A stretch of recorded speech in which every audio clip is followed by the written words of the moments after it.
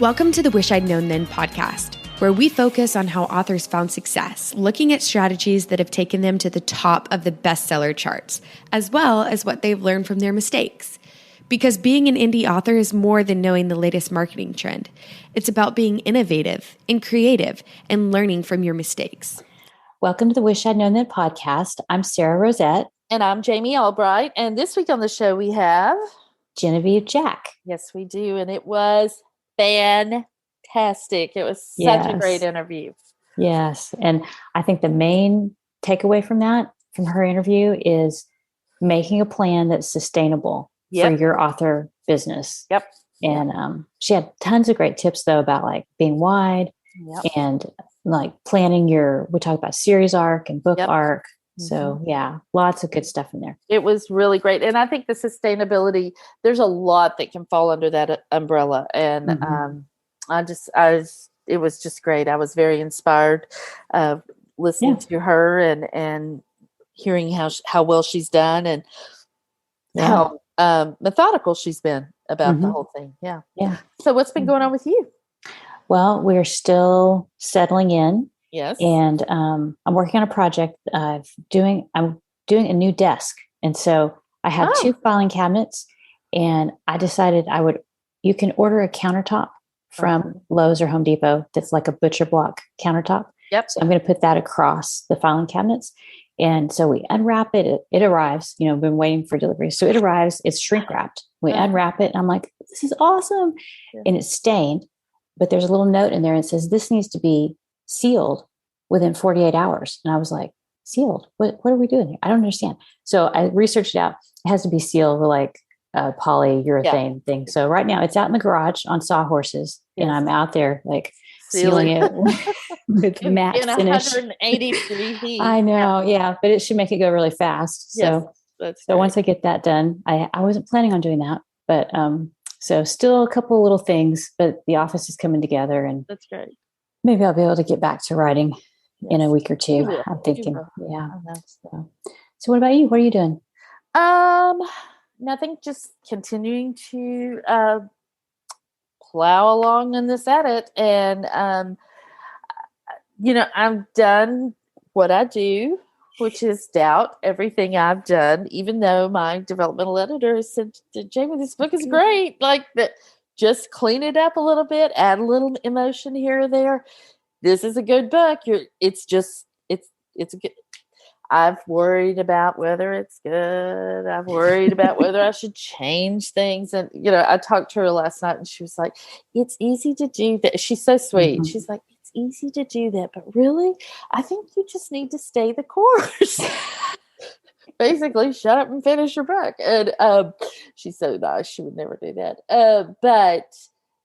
So I've just been doing that. I have a page count that I have been doing every day. And some days I've gone over and some days I've just hit it. But we're keeping 4 of our 6 grandchildren this weekend. And they're 2 and under, all 4 of them.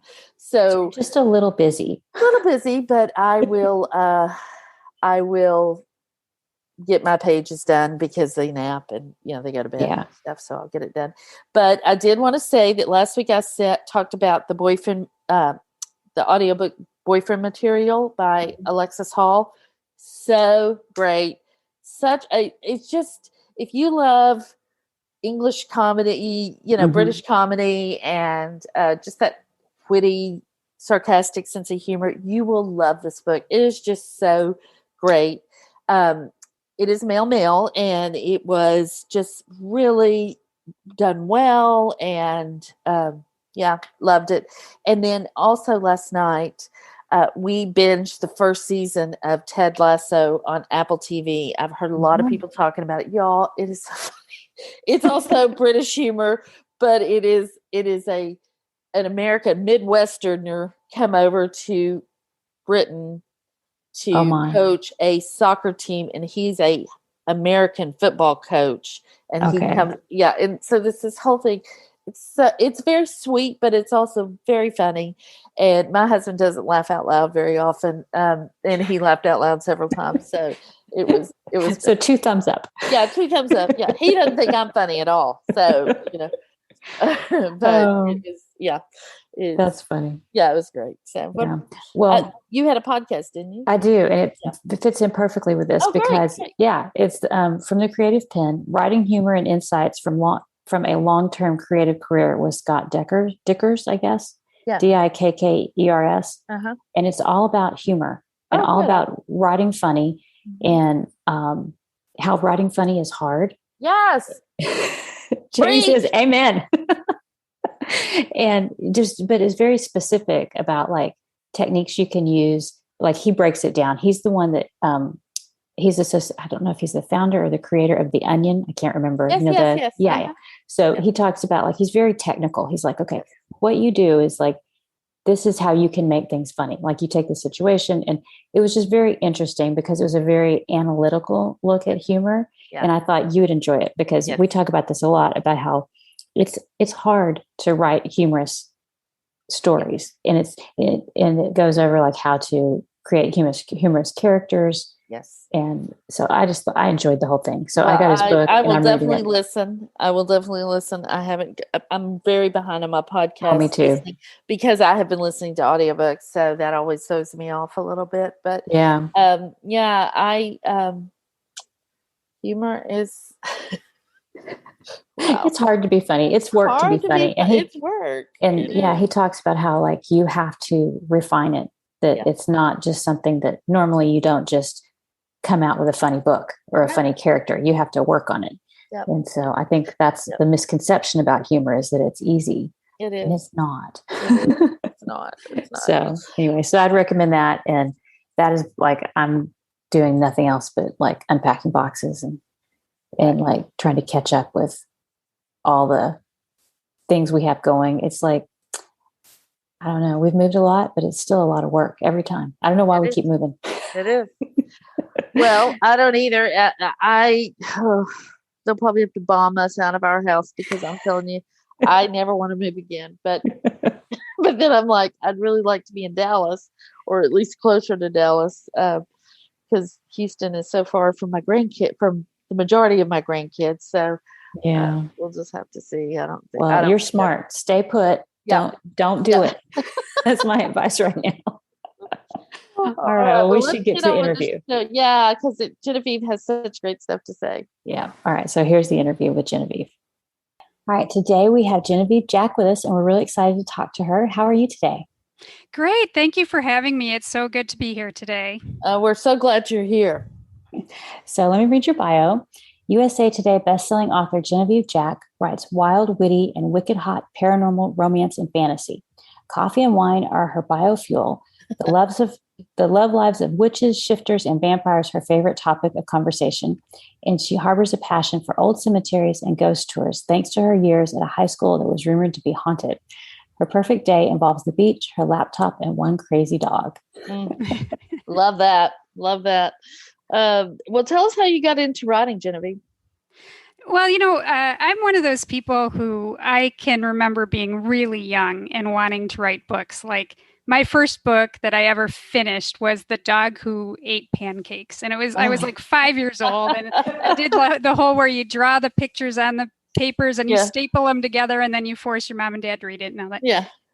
But as I grew up, I was raised by a florist and a sheet metal worker. And so when it got to be about time to go to college, it was not a situation where they were saying, "Oh yeah, you should go into creative writing." Yeah. that was not the conversation that was being had at my house. It was more like, "What are you going to do so that you can get a job immediately when you graduate?" So I ended up majoring in accounting, and I worked for a major insurance company. I was a portfolio manager for many years. And then I had my kids. And when I stayed home I decided to leave the workforce and stay home with my kids. I started writing flash fiction, which is 1,000 words or less. And I was getting some published. And this was kind of before the age of Kindle, Mm-hmm. And then when my kids went to school, that wasn't really enough to keep me busy. So I went to nursing school. This is like the typical, I think you hear this a lot from writers, that they go in a lot of different directions because they're examining the world from a lot of different angles. And I was the same way. So I went to nursing school and I wrote my first book, which was under my first pen name, GP Ching, The Soul Keepers. And in 2010, I became a registered nurse and finished that book. And I was shopping it around to agents, and I went to conferences with it, and I was getting all this positive feedback, but it just wasn't selling. You know, it was a YA book, and it dealt with some religious themes, and people thought it was a little bit too risky, I think, for the market. And then we had this thing called Kindle.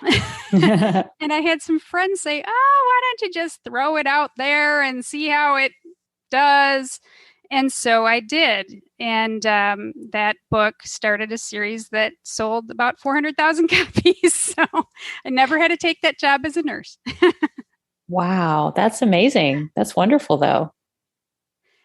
Thank you. Yeah. So that was the start. And then it was around 2012 that I wrote my first book as Genevieve Jack and made the switch to paranormal romance. And that is what I'm writing today. Yeah. How many of the GP Ching books did you write? There are 12 books under GP Ching. Wow. That is just shocking and amazing and wonderful. That's just, wow. So, and then you changed to Genevieve Jack, right, who writes the paranormal romance. Mm-hmm. Yeah. And what year was that? I started writing under Genevieve Jack in 2012, but I was writing under both names up until about 2017. I think my last GP Ching book came out 2017 or early 2018. Mm-hmm. And then I retired that name, and now I only write under Genevieve Jack. That's great.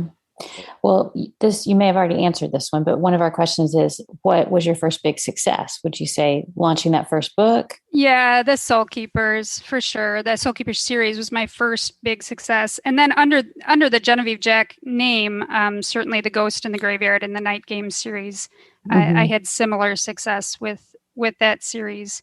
And now the Treasure of Paragon, which is what I'm working on right now, which is a dragon shifter romance series, is actually outpacing both of those series. So, yeah. How many books are in that series? There will be 9, and I'm currently writing book 8. Oh, okay. Wow. That's great. And how often do you release? I do 3 to 4 books a year. Okay. And usually not any... I may have done 5 books in a year if one of them was a novella in a past year, but really, if I do 3 a year, I'm fine, or 4. Right. Yeah. That's a great release schedule, I think. Yeah, I mean, I know some people would say that's not very fast, but I personally think that's fast and great. I've been doing this, since 2011, and I would say that I've seen many shooting stars in this industry who try to put out 12 books a year, and they can do it for a year, but it's like running a marathon. Yes, you can run the marathon, but can you run the marathon tomorrow? And can you run the marathon the next day? Right. And I've always approached this business with an eye for sustainability. I feel like my processes are things that I will be able to do until I'm 90, and I'll still have a healthy neck and a healthy back. Yeah.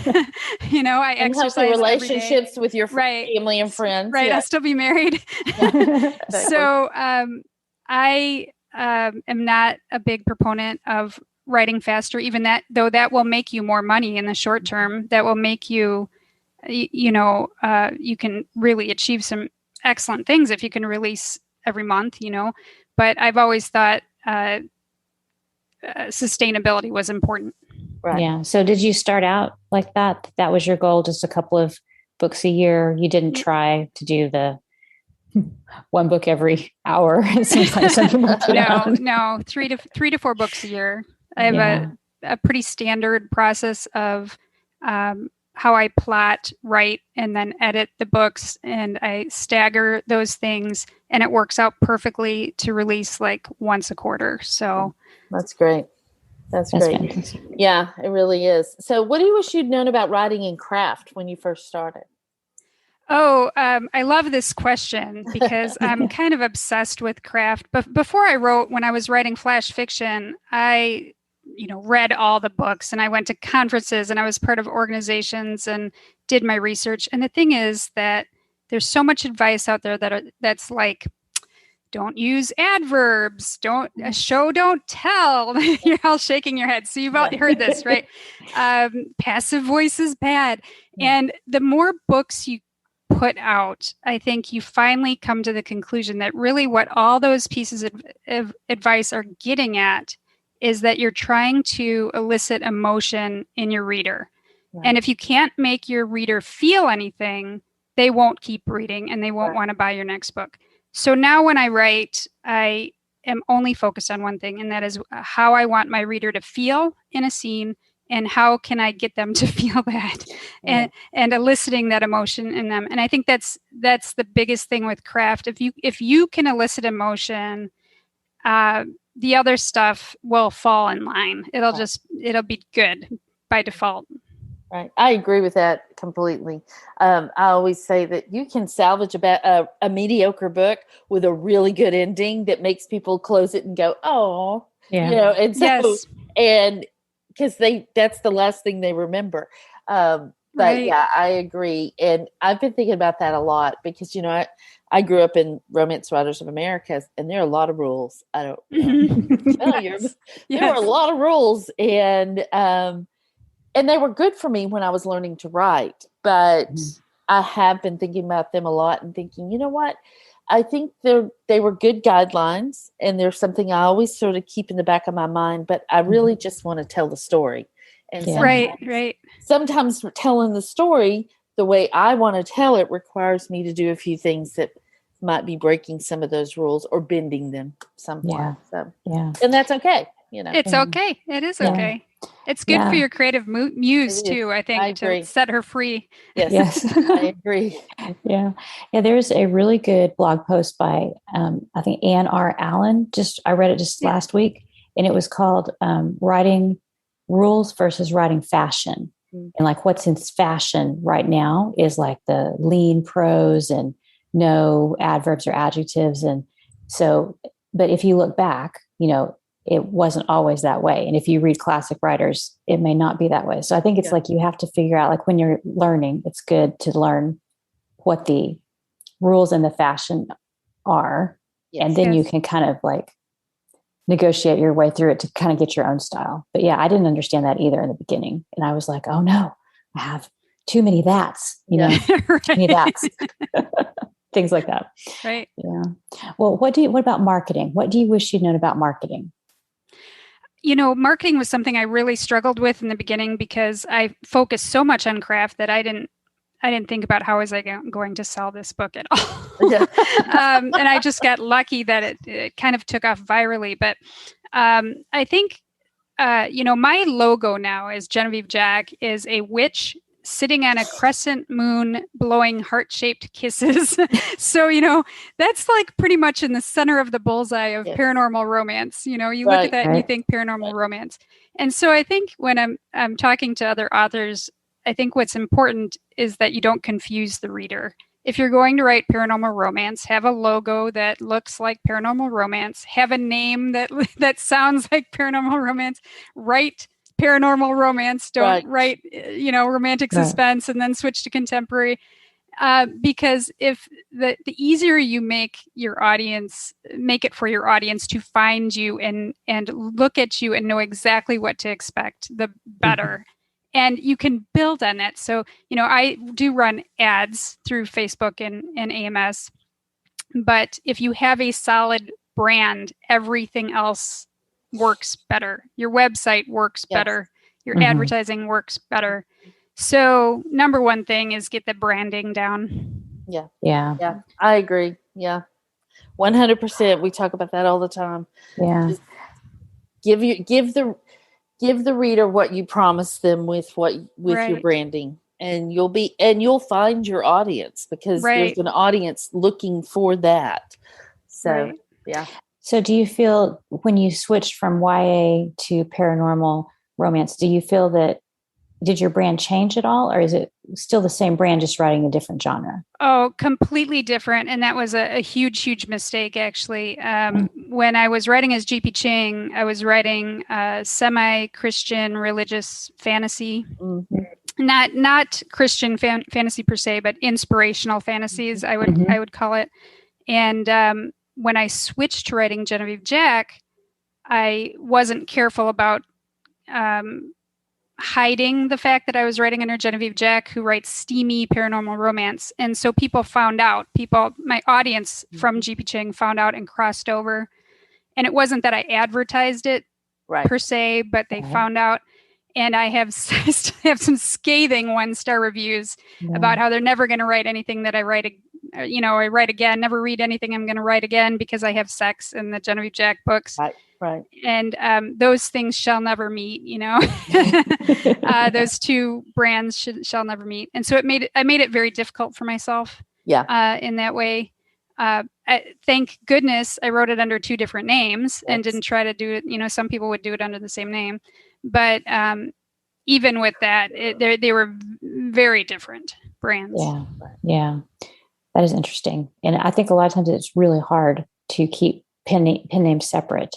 Yes. Because people find them. You have to, I don't know how you keep it totally quiet. Right.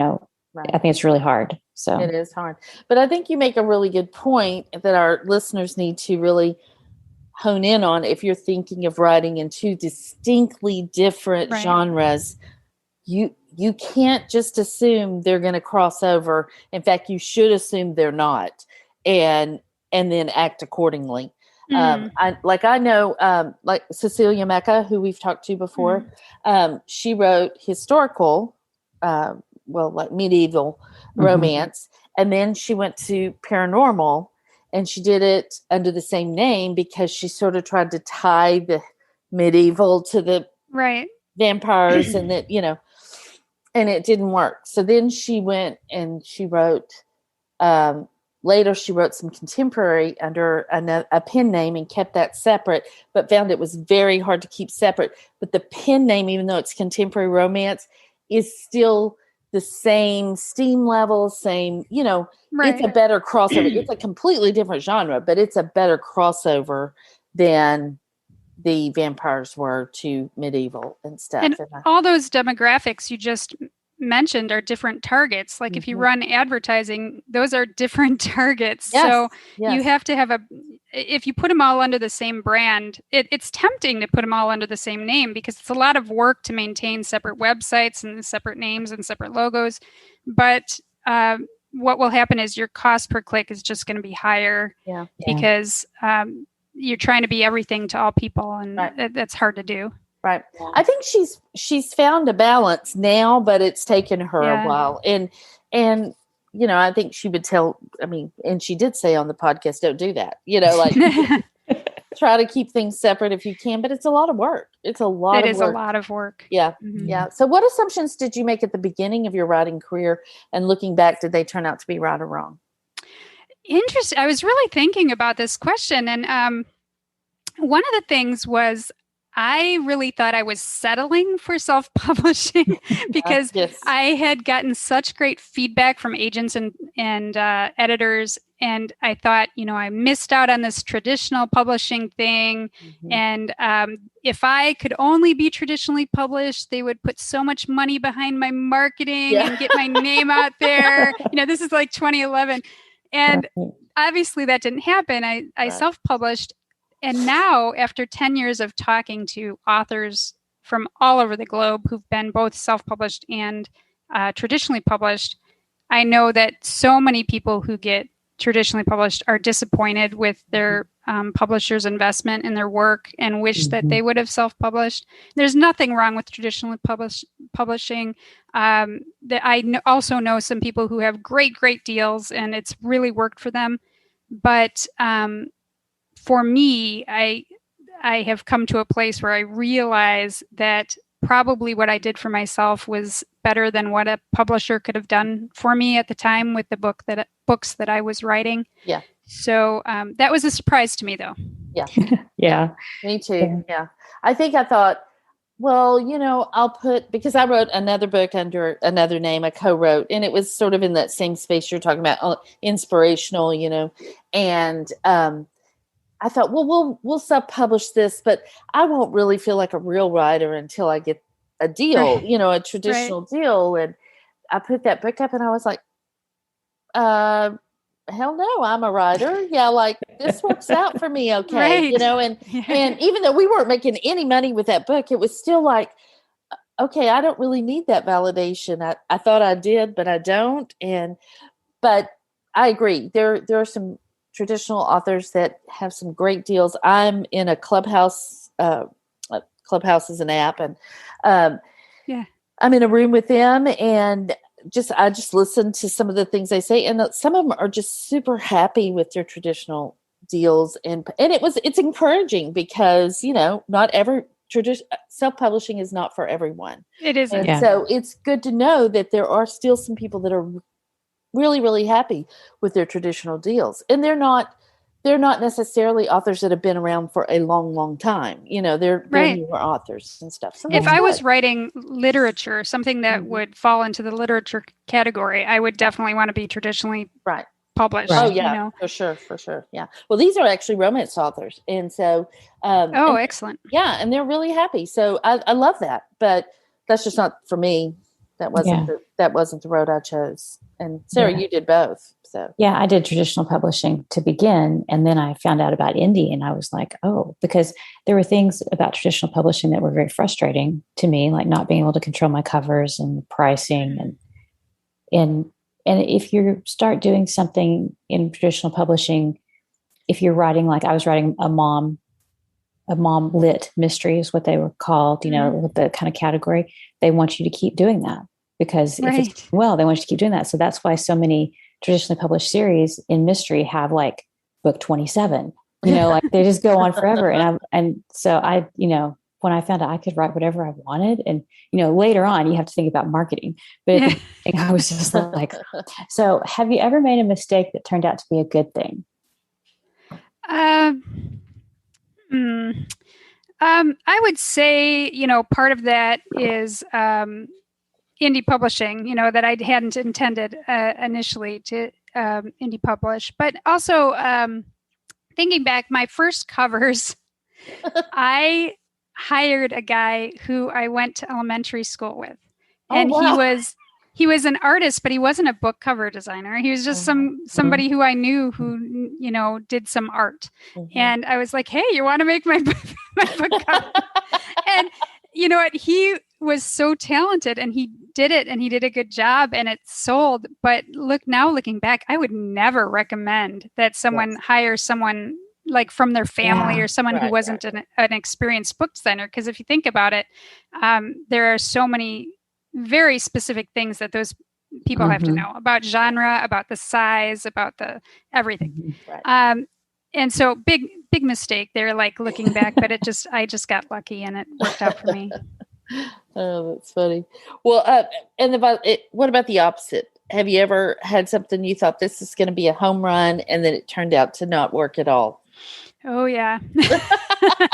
I will admit that back in maybe it was 2015 or 16, I had an author talk me into doing a couple box sets where it's like 20 authors in the anthology.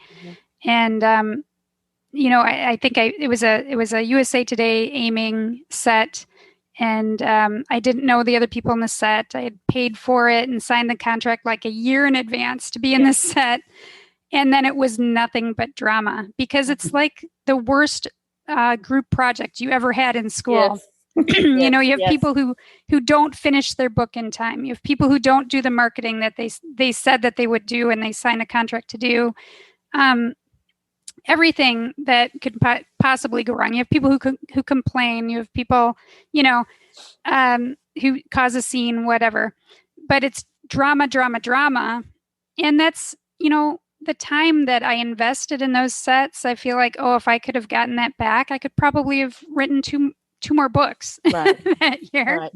Yeah. And the whole reason that I did them was to try to hit a list, which I ended up doing on my own, ironically, with the Dragon of New Orleans. But it doesn't help you. Just hitting a list doesn't help you. It helps you to hit a list with your own book, because then that specific book you can say hit a list. But to say that you are a USA Today bestselling author at this point is so watered down because everybody has it, that it doesn't help you get a book bub. It doesn't help you really sell books. Readers don't even notice most of the time. Yeah. So I would not do that again. Yeah. I think that's one of those things that for me, that was more like a personal thing that I would have loved to hit the list just because it's such a rare thing. I mean, it's still difficult to do. It's easier than it used to be because like if you can get a book club and coordinate things, then you have a good chance sometimes. But I think that's one of those things that it matters more to other authors than it does to readers. Don't you think? Right. I mean, it's like many, like I do see like if you go in bookstores and libraries, they'll have the list of these are the top books this week in USA Today or New York Times or whatever. But most readers, they're really not that into it. Right. And, if you're in an anthology, I should say this, that if you're in an anthology that is authors that you know very well and they're similar to you, so everything's, paranormal romance, dragon shifters, there's 8 of you in the box, I will say that might find you new readers. But if you're doing a box set that has 20 people in it, chances are the reader is never even going to reach your book. And so you're not even going to get more audience from that set. Right. So that's where I would say don't do those huge sets. Yeah. If I could go back in time and tell myself not to do it, I would say don't do it. Well, I agree. And Sara, I'll say this because she will never say this, but Sara hit with her own book. And I remember when she hit, she called me and she was like, nobody else will really understand this, but I just hit with my own book. And it was really exciting. So I would tell her, I would tell that story for her because I know she won't tell it for herself. And I want to ask you, I'm looking at your sticky board behind you. So tell me how you plot these long series that you have. Do you do is it an individual book or do you have an overarching arc? I mean, and do you know that from the beginning? How do you do that? Yeah, I do. And it's crazy. I don't recommend other people do it because it's really, really hard. I got to tell you, I'm writing book 8 right now and I have this massive spreadsheet, book Bible to keep everything straight, all the characters straight and everything. But how I do it is you can see behind me, the listeners won't be able to see it, but basically I have what looks like a calendar and it's Cherry Adair's method is what I built my method around. And it's basically a series of sticky notes that show I have basically one per chapter for my first draft. It usually works out that they're not exactly one per chapter. My books are longer than 30 chapters, but I start out kind of planning them that way. And I use different colors to denote who the point of view is. So the hero, the heroine, and then usually I have the bad guy has their own point of view. Oh, okay. And then in my series arc, my main character of my series, which is the heroine of the book 1, has a point of view that follows through the whole series and kind of carries you through the series arc. So in my books, each book in my 9-book series focuses on one specific couple. So you can read it as a standalone of what happens to that couple. But in that book, there will also be chapters that are like series chapters that build the overall arc, which is a fantasy arc because I write fantasy romance in this one. And so it has to do with the Treasure of Paragon is about 9 dragon heirs to the throne of Paragon that are exiled when their mother murders their eldest brother. And so they're exiled to Earth. And then each of them find their romance, but over the course of the arc, it's them taking back the kingdom. Okay. So before I started writing book 1, I had to know how each couple sort of fit like a puzzle piece into this story of how they were going to take back the kingdom. Right. So, I build out these charts for each book, but then I have a shorthand that I build out the whole series arc and just one page for each book, how that's going to fit into the overall arc, if that makes sense. That's so tricky. I just admire people that do that because each book has to move that right. whole, not just the story of that book forward, but it has to move the whole arc forward. Yes. And that's so fascinating to me. Right.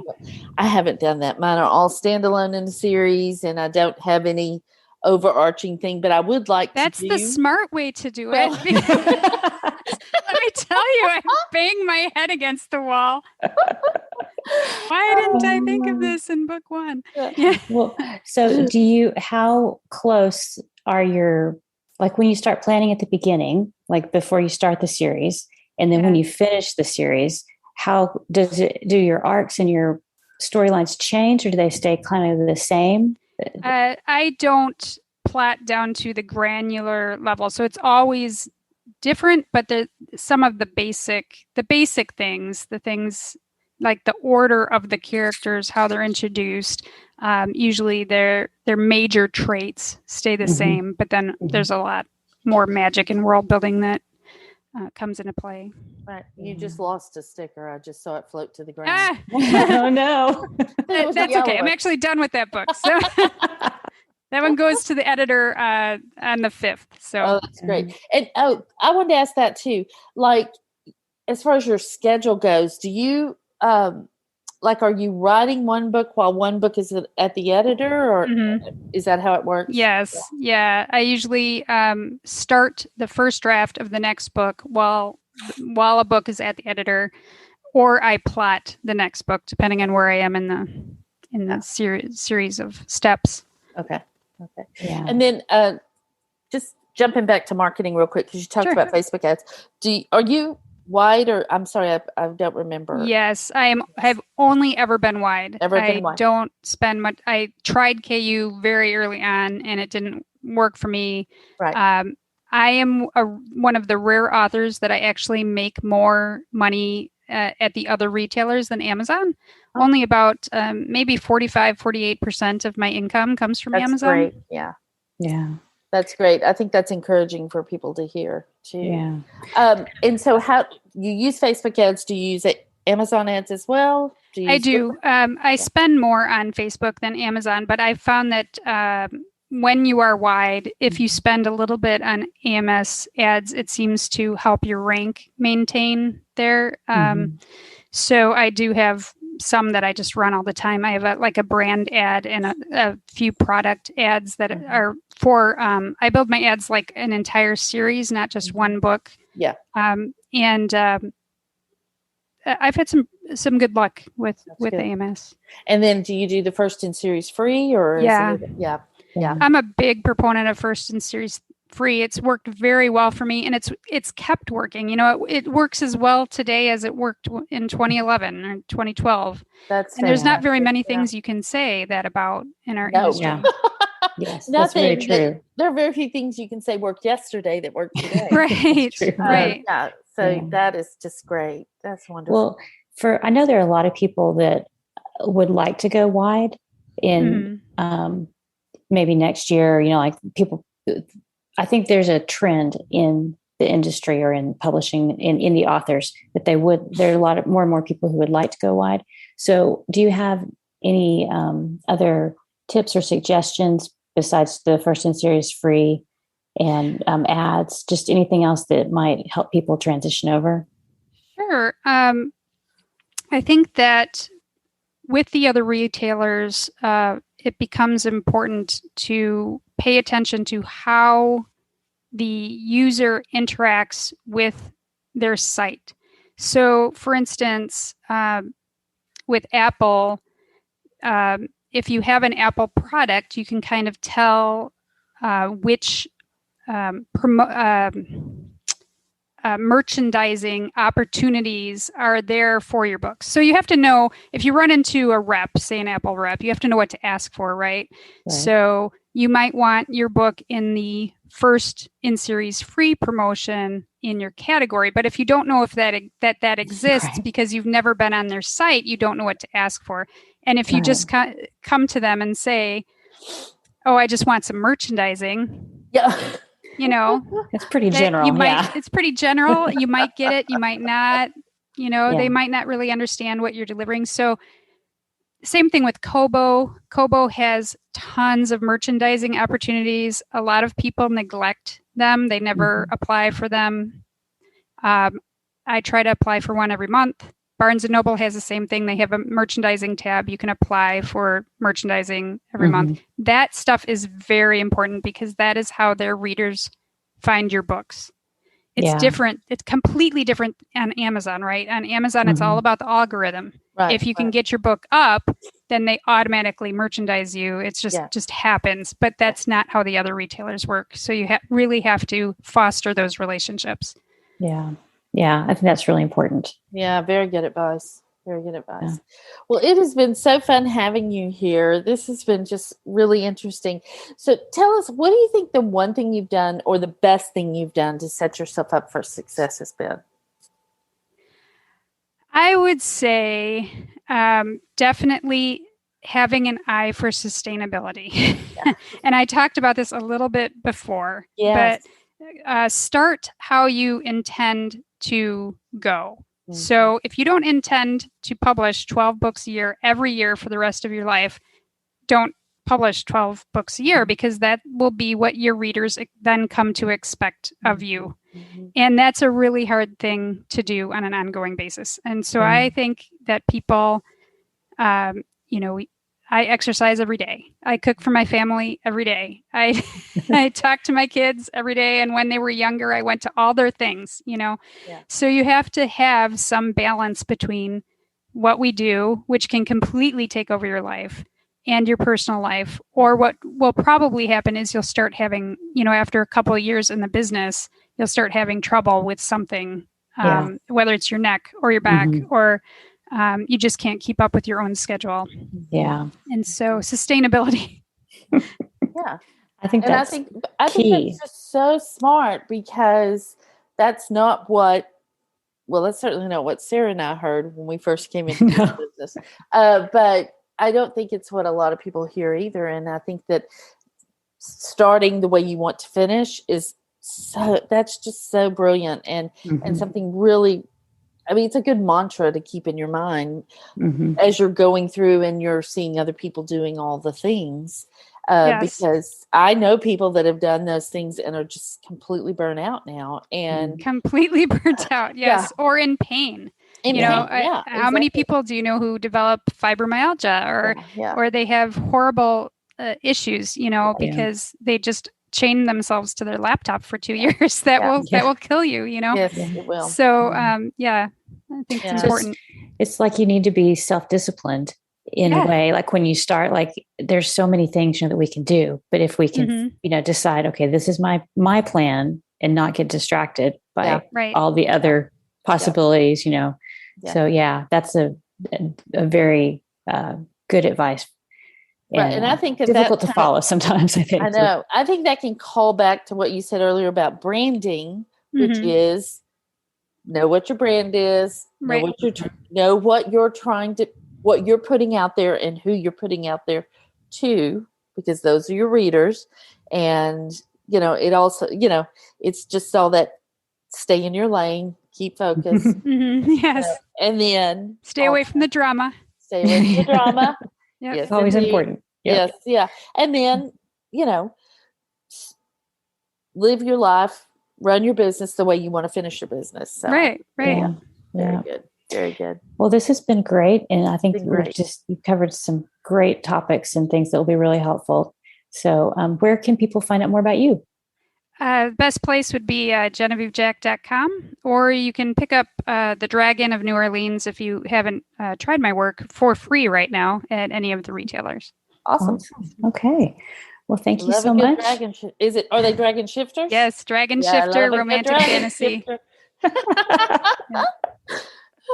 Well, it's been great. Thank you for coming. Thank you so much for having me. This has been fun. Yes. Yeah. Well, we'll have the links and everything in the show notes, and you can find those at wishidknownforwriters.com. Excellent. And thanks to Alexa Larberg for editing and producing the podcast. And we'll see y'all next week. Bye, everybody. Bye. Bye-bye.